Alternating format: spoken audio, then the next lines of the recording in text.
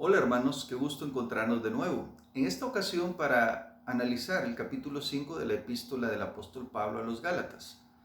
Estamos analizando justamente una parte muy importante. Recordemos que el apóstol Pablo consideró necesario escribir esta epístola a los hermanos de las iglesias de Galacia, precisamente porque había un problema muy serio que se había suscitado allí.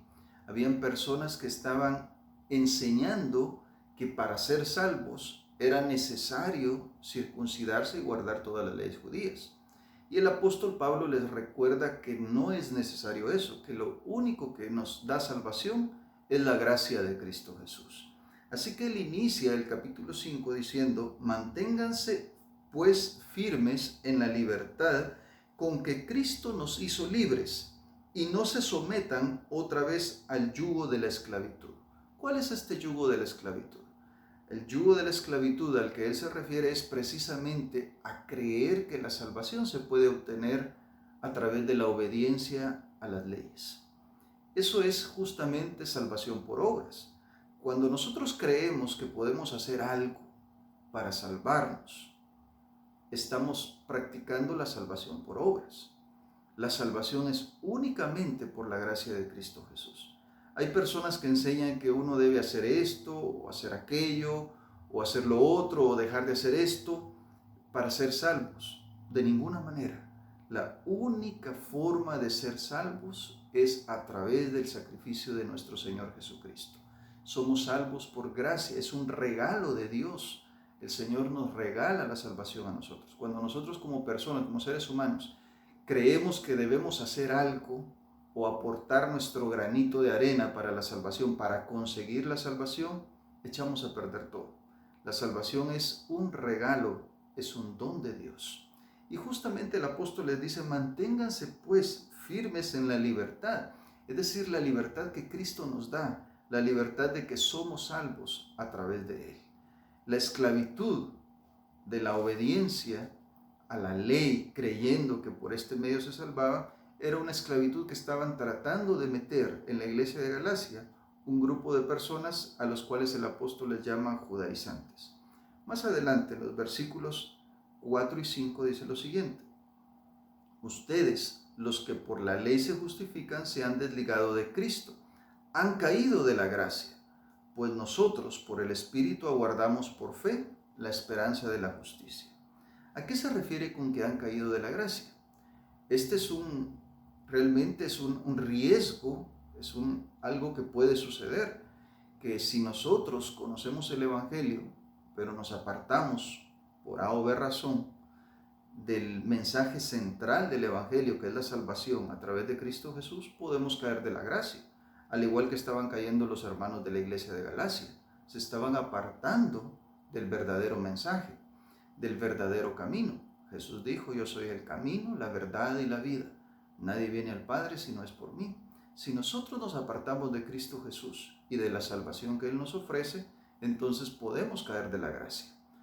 No es que Dios se aparte de nosotros, sino que nosotros somos los que decidimos apartarnos muchas veces, tomar otro camino diferente, y ahí es donde la persona corre el riesgo de caer de la gracia. También es importante notar algo acá. Hay personas que en nuestros días enseñan que una vez salvo, siempre salvo.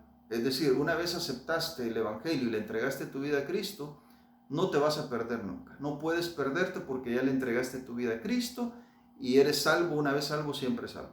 Esa es una mentira. Y tú que me estás escuchando, lo voy a decir de nuevo, esa es una enseñanza falsa, es una mentira. La Biblia enseña que sí, somos salvos, en efecto, eso es así, somos salvos por la gracia de Cristo. Cuando le entregamos nuestra vida a Cristo Jesús, somos salvos, pero corremos el riesgo de perder la salvación. No existe eso de una vez salvo, siempre salvo. Corremos el riesgo, como lo corrían los hermanos de Galacia, de apartarnos de la salvación de Cristo Jesús si ponemos nuestra mirada, nuestro objetivo en salvarnos por obras. Podemos caer de la gracia también, y ese es un peligro latente. Más adelante, el apóstol dice en algún momento, como una especie de reclamo a los hermanos de Galacia, les dice: ustedes estaban corriendo bien, en el verso 7. ¿Quién les impidió al no obedecer la verdad. Otras Biblias, otras versiones de la Biblia dicen, ¿quién les estorbó en el camino a obedecer la verdad? Ustedes estaban corriendo bien, es decir, ustedes estaban en el camino correcto, estaban siguiendo el camino correcto, creyendo en Cristo Jesús, creyendo en la salvación por gracia. ¿Quién les estorbó? ¿Qué pasó? ¿En qué momento las cosas cambiaron con ustedes? ¿Quién les estorbó para que no siguieran avanzando en ese camino correcto? Claro, se refiere a los judaizantes que entraron con esas ideas a las iglesias de Galacia. Más adelante el apóstol hace una diferencia entre las obras de la carne y el fruto del Espíritu. Quiero leerlos tal como aparecen acá. Dice el verso 19 en adelante, las obras de la carne se manifiestan en adulterio, fornicación, inmundicia, lascivia, idolatría, hechicerías, enemistades, pleitos, celos, iras, contiendas, disensiones, herejías, envidias, homicidios, borracheras, orgías y cosas semejantes a estas. Esas son justamente obras de la carne, es decir, lo que tristemente nuestra naturaleza pecaminosa nos lleva a hacer. Y sigue diciendo, acerca de ellas les advierto, como ya antes les he dicho, que los que practican tales cosas no heredarán el reino de los cielos. Es bastante claro el apóstol con lo que está diciendo. Los que viven de esta manera definitivamente no pueden entrar al reino de los cielos. Por otro lado, presenta el fruto del Espíritu, es decir, aquellos que le hemos entregado nuestra vida a Cristo Jesús, hay un poder maravilloso que se ejerce en nuestra vida, y es el poder del Espíritu Santo. El Espíritu Santo nos hace obrar, nos hace demostrar que creemos en Cristo Jesús, que le hemos entregado nuestra vida y que estamos caminando con Él. Nos hace obrar de una manera extraordinaria, es decir, produce en nosotros fruto. El poder del Espíritu Santo en la vida del cristiano se manifiesta en obras. Es imposible que alguien diga yo soy cristiano y que no muestre sus obras. El libro de Santiago lo dice, si tú dices que eres creyente, muéstrame las obras. Es decir, si tienes fe, tu fe se va a manifestar en obras. Es decir, se va a manifestar, se va a dejar ver, va a ser notoria. Y aquí presenta justamente el fruto del Espíritu del verso 22 en adelante. Pero el fruto del Espíritu es amor, gozo, paz, paciencia, benignidad, bondad, fe, mansedumbre, templanza. Contra tales cosas no hay ley.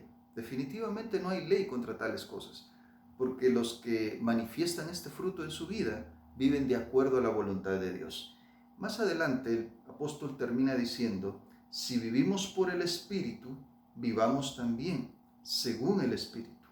No nos hagamos vanidosos, ni nos irritemos unos a otros, ni sintamos envidia entre nosotros. El apóstol hace un llamado para que nuestro cristianismo se demuestre con obras, se manifieste, sea notorio, sea visible hacia otras personas y por supuesto entre los mismos de la fe.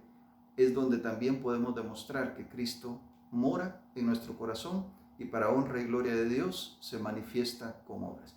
Que Dios te bendiga en esta ocasión.